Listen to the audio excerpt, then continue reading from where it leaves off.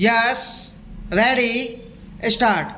Sir, some days ago I had the honor of presenting to the House the report of the Planning Commission on the second 5-year plan. I presume that many members have read it since then, either fully or in parts. I have now the honor to move the following resolution. This House records its general approval of the principles, objectives, and programs of development contained in the second 5-year plan as prepared by the Planning Commission. Those honorable members who have read this report have probably not found in very light reading. A report of this type can hardly be termed light reading, although I believe there are many parts of it which are exciting reading.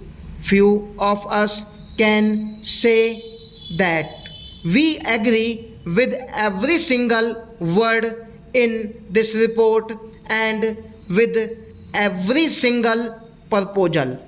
A report of this type and the product of the labor of a great many persons, not only members of the Planning Commission, but a vast number of other people who have been consulted.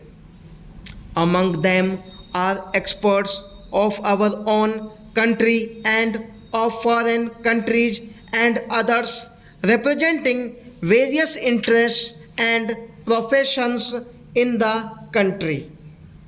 As with all joint products, there is an attempt to meet different viewpoints. I hope this House will view the report as a whole, keeping in mind the unity of approach, objectives, methods, and principles underlying it, and not so much the details. It is open, of course, to any honorable member to criticize or to make suggestions in regard to any part of the report, whether it be principles or details. But I submit that the important thing is to get hold of the main principles. I propose therefore to deal with the broad principles only. The subject of this report is obviously not only of the highest importance but something that produces in me very great excitement.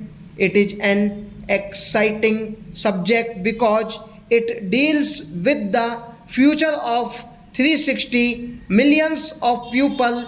To some extent, that future will affect the future of other countries and even of the rest of the world.